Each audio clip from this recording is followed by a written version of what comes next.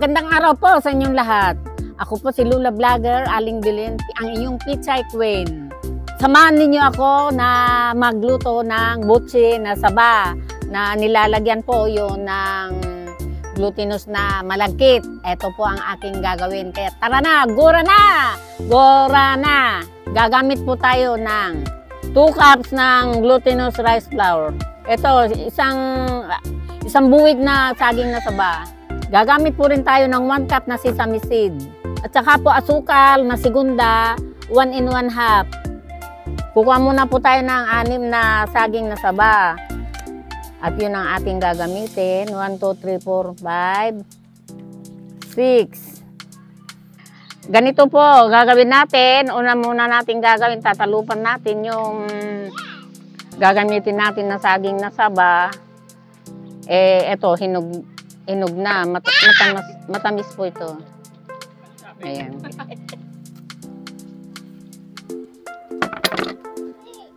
Una muna natin gagawin, dudurugin po natin yung saging.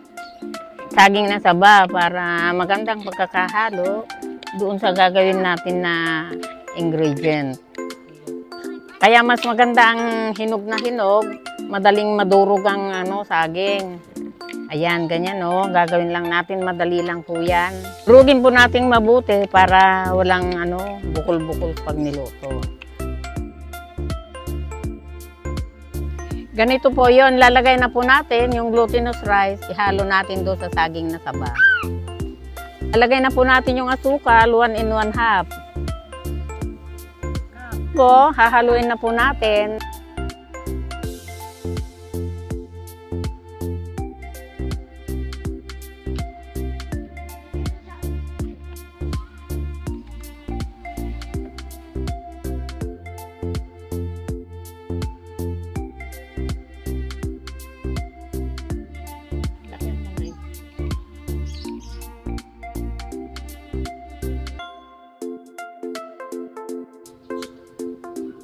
Ito na po natin dito sa kawali itong ating ginawa.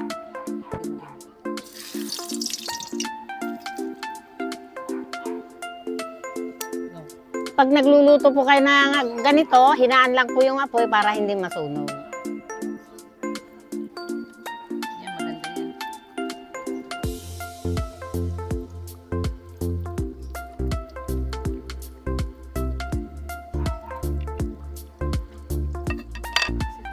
Kapag po nagbabrown na, pwede na po nating ahunin. Ilalagay na po natin sa isang lalagyan. Ganito po yan, ayan.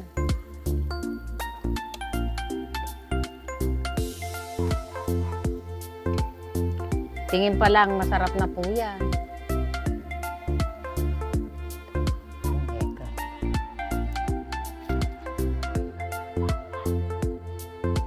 Mga kapitsay, napakabilis magluto ng butsi na saba.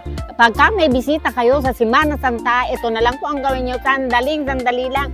At napakaganda at masarap pa ito. Ngayon, titikman pa natin ito.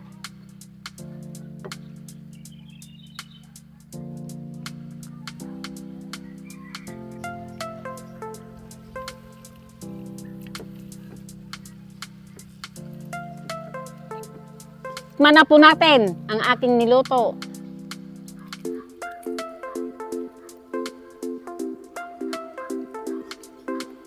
Wow! Napakasarap! Magtitinda ako nito sa palengke. Maraming salamat sa inyong lahat. At sana, sa araw-araw po na aking paggawa, patuloy po kayong manunood sa aking mga niluluto. At nagpapasalamat ako sa mga lahat ng nanonood sa buong Pilipinas, sa ibang bansa. Lahat po kayo ay pinasasalamatan ko. Ako po ay magpapaalam na, si Lula Vlogger. At sa susunod na araw uli. Wow!